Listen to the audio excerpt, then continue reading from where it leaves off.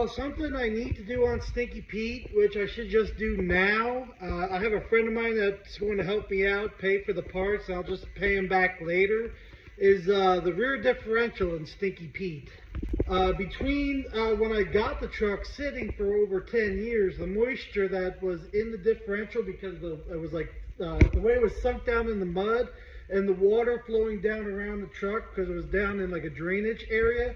So this differential was underwater, and I drove it for like a year or two before, without even knowing there was water in the differential. So even though I flushed that out, and then I ended up taking the differential out and welding it up a solid posi rear. And so some of those metal shavings and stuff, or metal slag that broke off, going through the differential, I'm starting to see some wear on the bearing surfaces and stuff. So I'm like, you know, I should just fix it now before it becomes a major problem. So this is just going to be a basic rebuild, except it's going to get a whole new carrier put in it. It's going to be a little expensive for the carrier. So I'm going to start taking the axles and everything out, get the carrier out. So from the back of this cover, the way it's a diamond shape, I got a screenshot of all the differentials for these Dodges. I believe this was a 351 or 355 gear ratio. This is a Dana 9 1/4 inch rear, and it has the small 31 splines going into it. So I don't plan on doing anything with the leaf springs, since these are the 1-ton leaf springs off my 1-ton dually. I don't really have to do anything with that. The only thing I might do later on is take like these bottom 2 or 3, maybe just these bottom 2 leaf springs out. That's about the only thing I wanted to do with the whole leaf spring pack. I'm going to leave it for right now. One of the reasons why I put a thicker leaf spring pack is not just to handle the weight of those totes of oil, but also because I have so much torque from the motor, it keeps the differential from twisting, you know, torquing these leaf springs. So this was basically a redneck way of doing it without putting traction bars on the truck, or those drag link pieces. You know, the drag link kit will bolt right here to the frame, and then bolts down into the differential. So the rebuild kit for these are relatively cheap. It's only a few $100s for the simple ring and bearing kit and seals and stuff. So really the most expensive thing is going to be the carrier.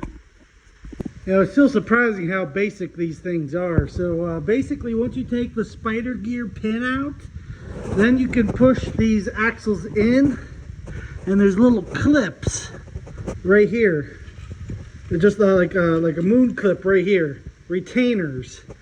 So once you take those off, then the axle comes right out. So you push them in, drop the clips out, and then you can pull it out. And there's the whole axle assembly right there. See, I know where the failure point is going to be on Stinky Pete, but if I go over 800 foot-pounds of torque, you know, it's either the transmission will fail or most likely the differential, and I'll show you where. So on this 9 1/4 ton rear, you go to this nice thick axle all the way out, and then it shrinks down right there to this small 31 spline. So the failure point is going to be right there where it shrinks down, either here by the splines, where the splines will strip out, or snap the shaft right there. So those are the bearings and seals right there, and you can see how it was leaking just a little bit, but barely anything at all.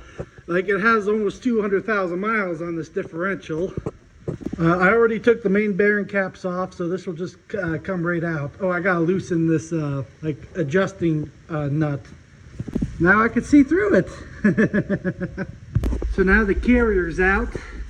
So this was a limited slip differential, so it had different kind of gears in here with springs to try to spread them apart and everything.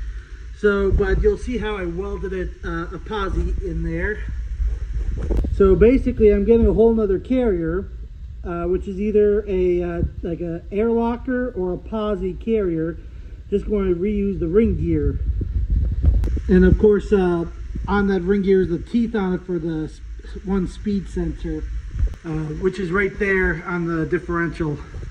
So there's the pinion bearing in there, and on this newer style, see, normally you would have to put shims. It's like little flat metal discs between here and the carrier to slide the carrier left or right to adjust how it rides on the pinion.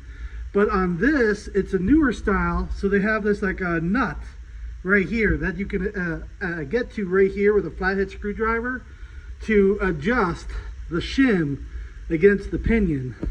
Now the pinion, how that adjusts forward and back is by what's called a crush washer. So when I put new bearings, it's going to get a new crush washer. So I'll put this together, get it shimmed left to right. I got to mark the teeth, see how it goes against the teeth, and then either tighten up the pinion nut to adjust how far forward that goes, and then I could adjust the side to side some more. But another important thing on these differentials is the differential covers. A lot of people will go with these aftermarket flat back covers, and that's really bad for these because when you have a flat back cover, you don't have the nice curve that goes around. So as this ring gear spins, what it does, it drags gear oil with it up and over top and down into this pocket here to lubricate the pinion bearing right there. So it goes in the top and comes like out and around that bearing on the inside. So that's one of the really bad problems with aftermarket differential covers. I understand it's nice to have an aftermarket cover with cooling fins that help keep this gear oil cool and everything, but you got to make sure it has at least still the same shape, the curve on the back side of it. And then you can have the cooling fins on it to help cool the gear oil down. So once you pop the nut off that, you just tap the yoke off. And there's the seal and bearing right there. Now we can pull the pinion bearing and assembly out. So there's the pinion. That's the rear bearing of the pinion. There's the crush washer right there. The other bearing comes out once you take the seal out. Let's see, this is what I'm talking about. The fluid goes down through there between these two bearings to lubricate all that. So once I got to get this apart. So this race has to be tapped out. Same thing with the other race, and new ones put in.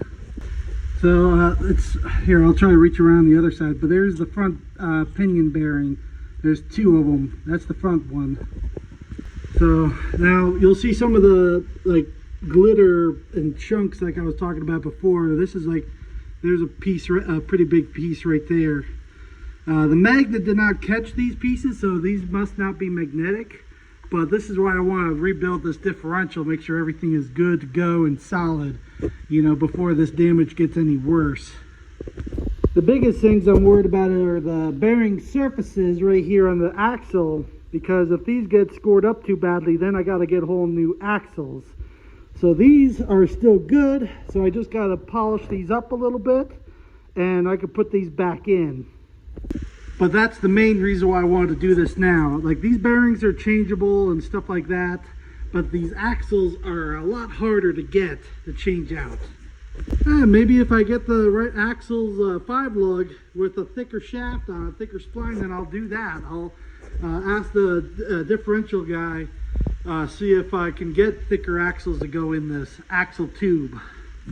So you can see I'm definitely trying to push maximum torque through this pretty much stock drivetrain.